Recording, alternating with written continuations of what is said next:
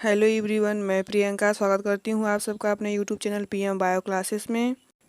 आज की क्लास में मैं आपको बताऊंगी कि यदि आप बीएससी में पढ़ रहे हैं, चाहे वो फर्स्ट हो या सेकेंड या थर्ड ईयर, आपने जो भी सब्जेक्ट लिया है उसकी कम समय में तैयारी कैसे करें।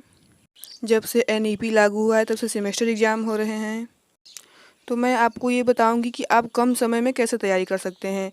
यदि आप बॉटनी लिए हैं, जूलॉजी लिए हैं, केमिस्ट्री लिए हैं, कोई भी सब्जेक्ट लिए हैं, तो आपको तैयारी करना है कि उसकी अब बहुत कम समय बचा है। कुछ दिनों में एग्ज़ाम के फॉर्म्स निकल आएंगे, आपको फॉर्म भरना पड़ेगा, उसके बाद फिर पेपर होना स्टार्ट हो जाएगा। तो 1-2 महीने के अंदर आप कैसे तैयारी करें, कैसे नोट्स बनाएं, कैसे सिलेबस कंप्लीट हो, तो मैं आपको इसके बारे में आज बताऊँगी इस वीडियो में। मैं कुछ रूल्स बताऊंगी आपको, जो आप फॉलो करेंगे यदि, तो आप एग्ज़ाम में अच्छे मार्क्स ला सकते हैं। देखिए, जो 8 सेमेस्टर होते हैं, जैसे सेमेस्टर फर्स्ट हो गया, थर्ड, फिफ्थ, इन सब सेमेस्टर में जो एग्ज़ाम होता है वो रिटन होता है। और जैसे सेमेस्टर जो इवन सेमेस्टर हैं, जैसे सेमेस्टर सेकेंड हो गया, फोर्थ हो गया, सिक्स्थ, इन सब में जो पेपर होता है वो ऑब्जेक्टिव पेपर होता है। तो अब जो इस टाइम जो पेपर होने वाला है या फर्स्ट यानी 8 सेमेस्टर का ही होगा, तो इसमें एग्ज़ाम रिटन होगा। आइए देखते हैं कौन कौन से रूल हैं जिसे आप फॉलो करेंगे तो अच्छा मार्क्स ला सकते हैं एग्ज़ाम में। देखिए, सबसे पहले आपको इस नियम को फॉलो करना होगा। क्या है? Time is directly proportional to success. इसका मतलब ये है कि आप अपने स्टडी में जितना टाइम देंगे उतना आपको सक्सेस मिलेगी। आप 2 घंटे 4 घंटे जितना भी पढ़ते हैं, यदि आप अपने स्टडी में जितना ज़्यादा टाइम देंगे उतना सक्सेस आपको मिलेगी। फिर नेक्स्ट में आपको मिलता है सिलेबस, जिसमें सिलेबस में क्या होता है, थियरी भी रहता है और प्रैक्टिकल भी होता है। एनईपी के अनुसार यदि सिलेबस देखा जाए तो चाहे आप बॉटनी लिए हो या जूलॉजी लिए हो या केमिस्ट्री लिए हो, आपको हर सेमेस्टर में 8-8 यूनिट पढ़ना रहता है। 8 यूनिट बॉटनी में, 8 जूलॉजी में और 8 केमिस्ट्री में, जिसमें आपको थियरी भी मिलता है और प्रैक्टिकल भी मिलता है। तो सबसे पहले आपको सिलेबस पता होना चाहिए कि हमें सिलेबस में कौन कौन सा यूनिट पढ़ना है, कौन सा टॉपिक पढ़ना है, ये आपको पता होना चाहिए। और थियरी के साथ साथ आपको प्रैक्टिकल भी करना अनिवार्य है। प्रैक्टिकल करने से ज़्यादा नॉलेज मिलता है, इसलिए आपको प्रैक्टिकल भी करना अनिवार्य होता है, क्योंकि प्रैक्टिकल का तो पेपर होता ही है।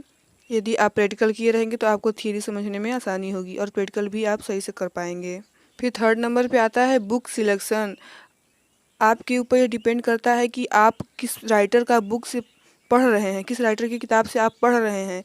यदि आपको ये नहीं पता है कि कौन से राइटर की किताब अच्छी है, तो आप अपने सीनियर से भी पूछ सकते हैं, जो आपसे पहले पढ़ चुके हैं, उनसे पूछ सकते हैं कि किस राइटर की किताब अच्छी है, या फिर अपने टीचर से पूछ सकते हैं किस राइटर की किताब किस सब्जेक्ट के लिए अच्छी है। यदि आप अच्छे राइटर की किताब से पढ़ना पसंद करेंगे तो उससे आपको ज़्यादा नॉलेज मिलेगा और वो आपके लिए अच्छा होगा।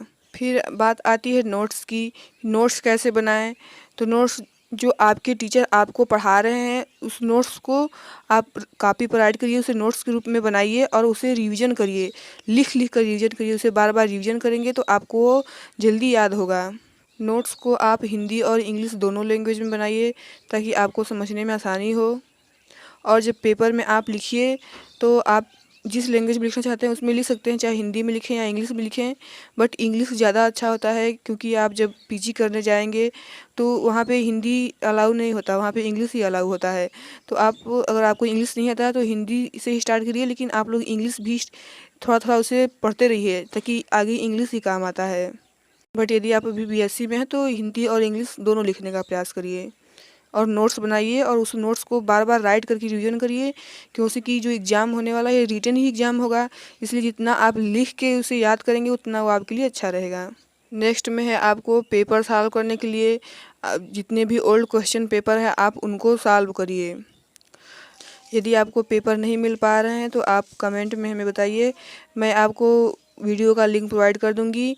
मैं बीएससी फर्स्ट, थर्ड और फिफ्थ सेमेस्टर के जितने भी ओल्ड क्वेश्चन पेपर हैं या फिर जो पेपर अभी हुए हैं, उन सब क्वेश्चन पेपर को मैं वीडियो अपलोड की हूँ। आप इस चैनल पर जाके उसे प्राप्त कर सकते हैं। आप जितना क्वेश्चन पेपर सॉल्व करेंगे उतना आपको एक्सपीरियंस होगा कि हाँ, किस प्रकार के क्वेश्चन आए हुए हैं और कैसे क्वेश्चन आएंगे, तो आप पेपर को आसानी से हल कर सकते हैं। तो जब आप क्लास में पढ़ते हैं तो उसके साथ साथ आप क्वेश्चन पेपर को भी सॉल्व किया करिए, उससे आपको समझने में आसानी होगी कि हाँ, किस प्रकार के क्वेश्चन आ रहे हैं।